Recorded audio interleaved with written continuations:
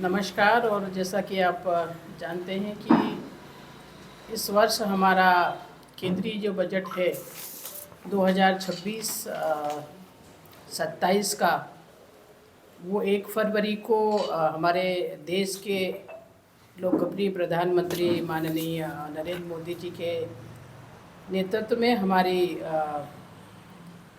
मंत्री जी जो है वित्त मंत्री आदरणीय निर्मला सीतारमण जी ने जिसे पेश किया। और उस बजट को आम व्यक्ति तक पहुंचाने के लिए हमारे संगठन ने ये तय किया कि हम हर ज़िले में हमारे वरिष्ठ जो मंत्री हैं, हमारे सांसद हैं, वरिष्ठ हमारे पदाधिकारी हैं, वो जाकर के प्रेस कॉन्फ्रेंस लें और इस बजट को आम व्यक्ति तक पहुंचाने का काम करें। और आज हवा में इस प्रेस कॉन्फ्रेंस को संबोधित करने के लिए हमारी सांसद बहन अनीता नागर सिंह जी चौहान, हमारी प्रदेश की मंत्री बहन संगीता सोनी जी, हमारे वरिष्ठ नेता आदरणीय दौलत भावसार जी, भाई ओम शर्मा जी, हमारे महामंत्री भाई राजेश जी और हमारे सभी उपस्थित पदाधिकारीगण, भाई विजू माली जी हमारे महामंत्री, और सभी हमारे पत्रकार साथीगण। तो जैसा कि सांसद जी ने कुछ बिंदुओं को यहाँ पे रखा कि इस बजट में जो है हर वर्ग का ध्यान रखा गया है और विशेषकर महिलाओं को सशक्त किस तरह से बनाया जा सके, चाहे हमारी बहनाएं हों, चाहे वो ड्रोन दीदियां हों, हमारी लाडली बहनाएं हैं, लाडली लक्ष्मी हों, और इन्हें स्वरोजगार से कैसे जोड़ा जाए, इसके लिए भी यहाँ प्रावधान हमारे किए गए हैं। और हर ज़िले में ऐसे हमारे बच्चियों के, लड़कियों के हॉस्टल खोले जाएंगे जहाँ पर उनको शिक्षा के साथ साथ रोज़गार भी वो कर सके, इस तरह की उनको ट्रेनिंग दी जाएगी, क्योंकि सबको नौकरियां देना संभव नहीं हो पाता है।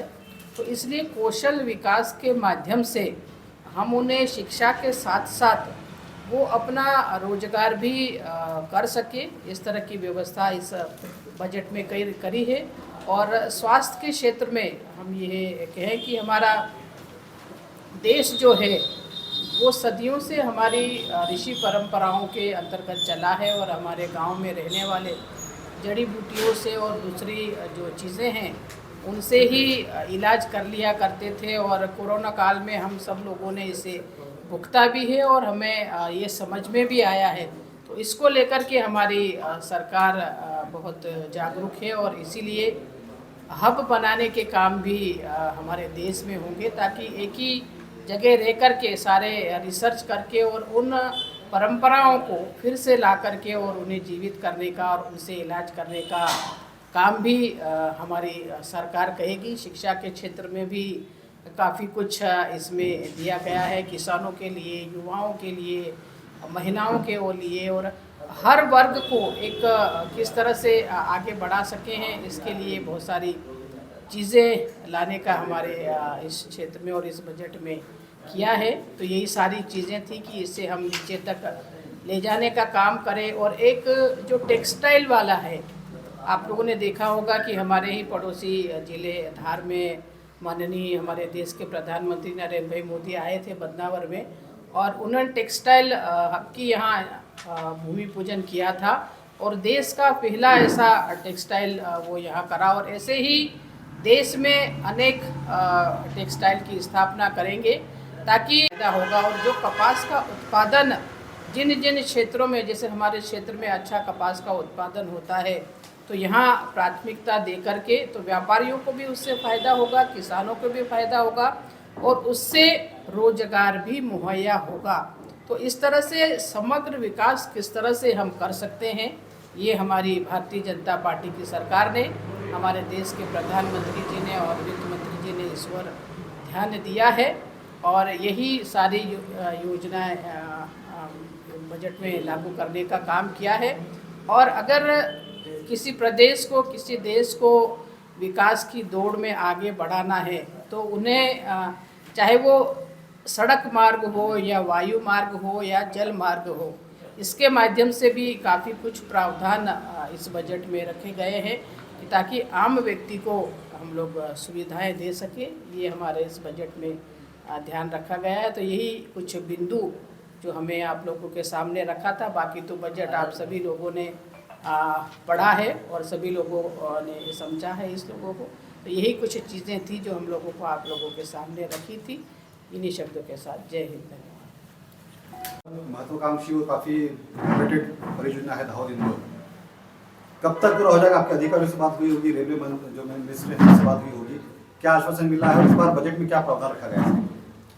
मेरी माननीय मंत्री जी से भी इस संबंध में बात हुई है। उन्होंने कहा है कि ये प्रोजेक्ट चल रहा है और जल्दी पूरा कर लिया जाएगा।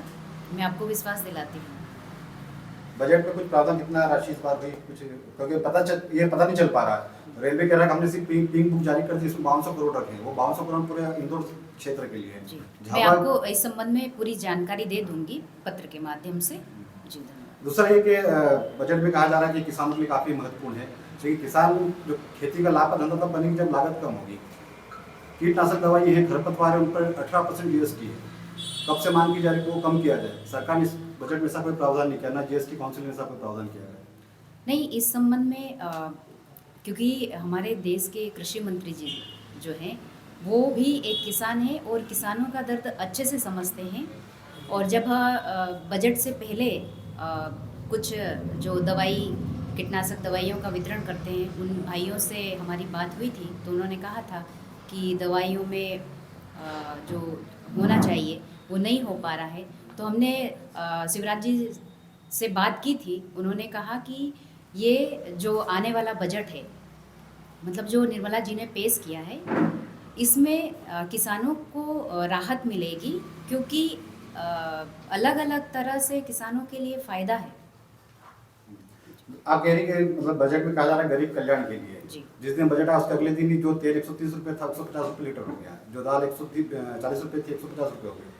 तो कहाँ फायदा हो रहा लोगों को? आम लोगों को कोई फायदा नहीं हो रहा, महंगाई बढ़ रही है। नहीं, कुछ चीज़ें ऐसी होगी जिसमें वो कर सकते हैं, लेकिन आगे बढ़े कम ज़्यादा ये चीज़ें होती रहती है। लेकिन टोटल अगर देखें तो वैसे तो देखें जिस दिन बजट हुआ उस दिन आपने ये बिल्कुल हाई आपका वो गया था, फिर लेकिन दूसरे दिन फिर डाउन भी हुआ।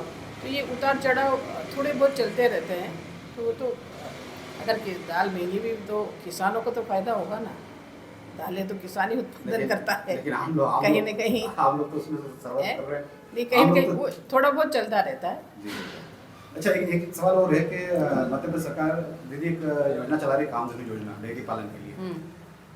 बड़ा प्रचार प्रसार किया जा रहा है, बहुत तो मुख्यमंत्री जी खुद बोल रहे हैं कि युवा के लिए काफ़ी अच्छी योजना है। लेकिन उसकी हकीकत ये है कि 4 महीने से पोर्टल बंद था, अब जाके वो पोर्टल खुला है। इसमें भी लोग युवाओं ने आवेदन किए हैं, लेकिन उनकी ट्रेनिंग के शेड्यूल नहीं हुआ। एक्चुअली ये आज तो हम लोग क्या केंद्रीय बजट के ऊपर चर्चा कर रहे हैं, लेकिन केंद्रीय बजट में भी हम लोग जो दुधारू हमारे पशु है उनको प्राथमिकता दे रहे हैं। इसमें केंद्रीय बजट में भी हमारे उसमें है और हमारी के राज्य सरकार भी इसके लिए तो गौशालाएँ खोलने का काम और इसके लिए कर रहे हैं तत्परता है। और आपने जिस विषय की ओर ध्यान दिलाया तो मैं ज़रूर से बात करूँगी कि पोर्टल क्यों बंद है, क्या है। तो हमारी जो दूध का उत्पादन है खासकर गाय और इनके लिए, तो उसके लिए तो हमारे मुख्यमंत्री भी बहुत हैं कि गौशालाएँ खोलने का, और ये हर ज़िले में और इवन जहाँ भी पंचायतों में भी अगर जगह है और वो भी वहाँ खोलना चाहते हैं तो उसके लिए प्रोत्साहन कर रहे हैं। तो जहाँ कहाँ दिक्कत आएगी तो वो हम लोग देखेंगे। ठीक, बड़ी राहत मिली है, क्योंकि जो कैंसर जैसी बड़ी बीमारी है उसकी 17 जीवन रक्षक दवाओं पर सीमा शुल्क या तो शून्य किया है या बहुत कम कर दिया गया है।